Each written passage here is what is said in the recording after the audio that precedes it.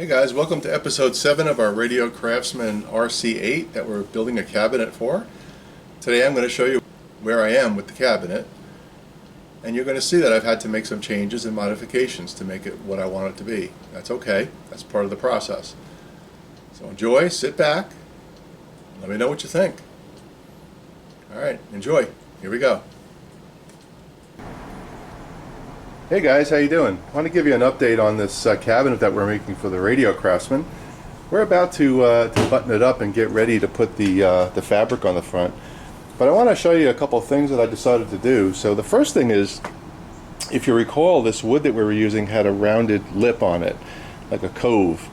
Well, I've decided to lop that off. And I did that for two reasons. One is when you try to stain it, it looks like crap. Because this particular wood is a kind of like almost a plywood, and I stained this test piece and I just don't like the way that looks. Not happy with it. So I decided to lop off all the cove on the bottom and on the sides, and I did the same thing on the top pieces. So the top pieces will now be flush like this. Same thing here, and of course the same thing will be true with our center. Now what I'm going to do is I'm going to buy some decent half round cove molding, probably oak, and stain that appropriately and then apply it to those fronts so it'll look really nice. But there's another benefit. Now when I want to put the grill cloth on this thing, piece of cake, right? It's a flat surface.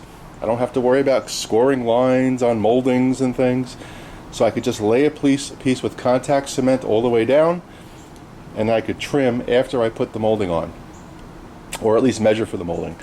I did the same things on the sides. I don't need to show you that. So that's what we're doing here, and that's where we are.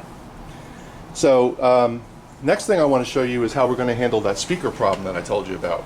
So in the last episode, we spoke about the fact that you can't get the speaker out if you wanted to, right after it's installed. And that's because if these pieces were doweled down on the top, you wouldn't be able to get in there. Well, easy solution. All I got to do is notch it. So if I put a notch right here, and I'll show you with the speaker.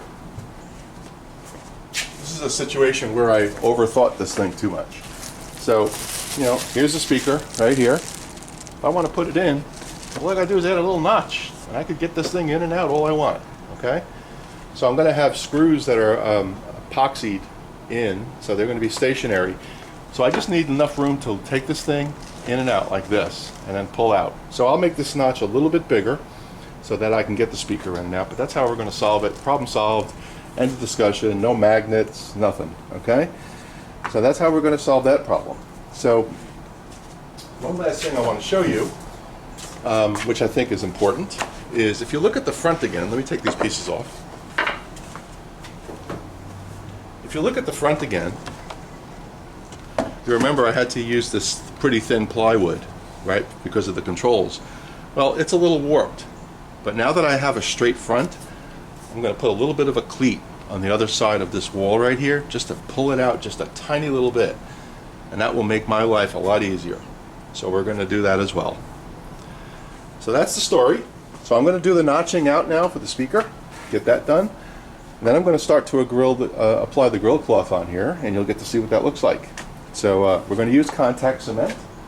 I actually did a test piece, and the contact cement works really well with this thing, and I used the brush-on type. I didn't use the spray-on. So that's going to work really well, and I'm pleased with how that's going to look. So let me get that going, and we'll give you an update. Okay, just to put this issue to bed, you'll see I've notched out the speaker that I was talking about, and we can go just like this now, right in. And we can attach it wherever we need to attach it, just like that. So we are going to have to leave this bottom part open, but that's okay. I can actually put a removable panel there if I'd like, but at least I can get them in now, and I don't have to worry about securing those tops now. So those tops can get bolted down where they need to be. Alright, problem solved. Alright guys, I just want to kind of recap where we've landed today.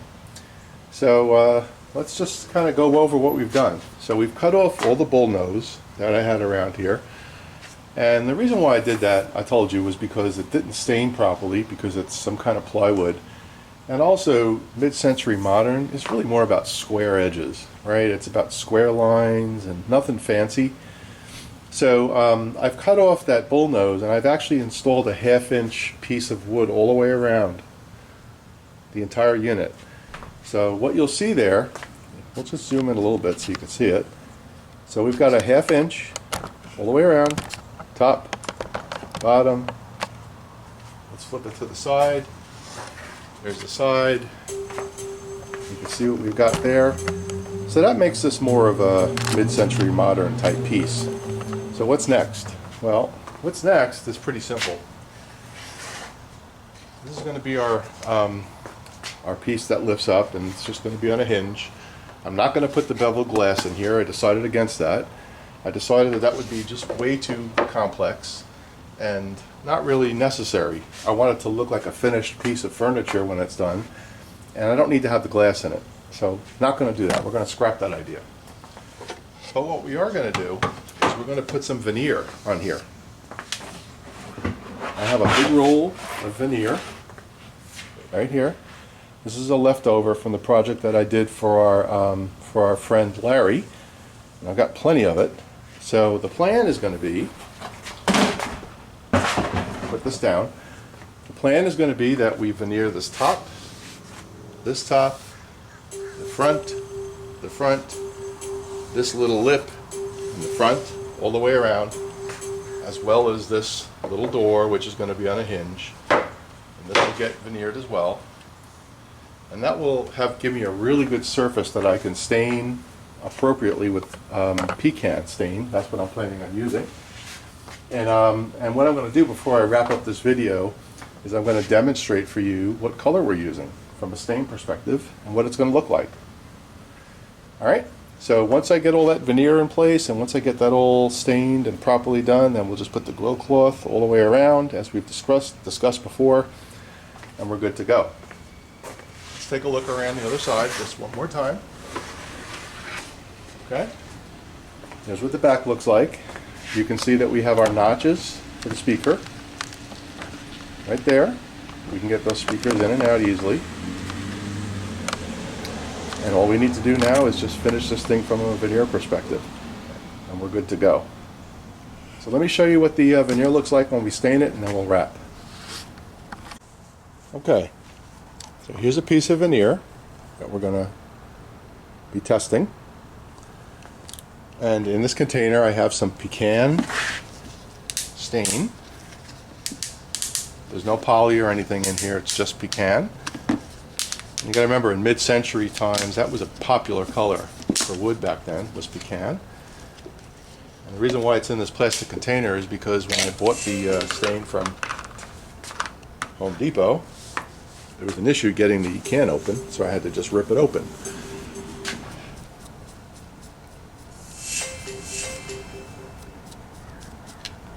Okay, I think you could see that. Oops, sorry, you can't. So there's our piece stained. So what it's going to look like. Okay, I'm sorry you couldn't see me doing the staining. I had to edit that part out because I was out of the camera frame. But this is what the veneer looks like with the pecan stain against the grow cloth. Pretty good contrast. Alright, so that's what we're going to go with once we get the veneer all done, of course. I may use grain filler on this. This is kind of a deep grain veneer, so I may use some grain filler. I haven't decided yet. And we'll get to that step when we get to it. Alright, so that's where we are with our project.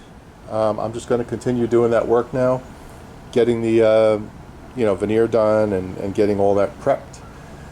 And after that's done, then our next step is installing the bottom of the unit, which will carry our Class D amp, stuff that I showed you already. Putting the legs on, getting the speakers installed, all that good stuff. So we're really close, guys. We've got our final design in mind. Got to put the blue lights in. So we're close, guys. Anyway, that's the update on our project. Hope you all having a great day. Take care.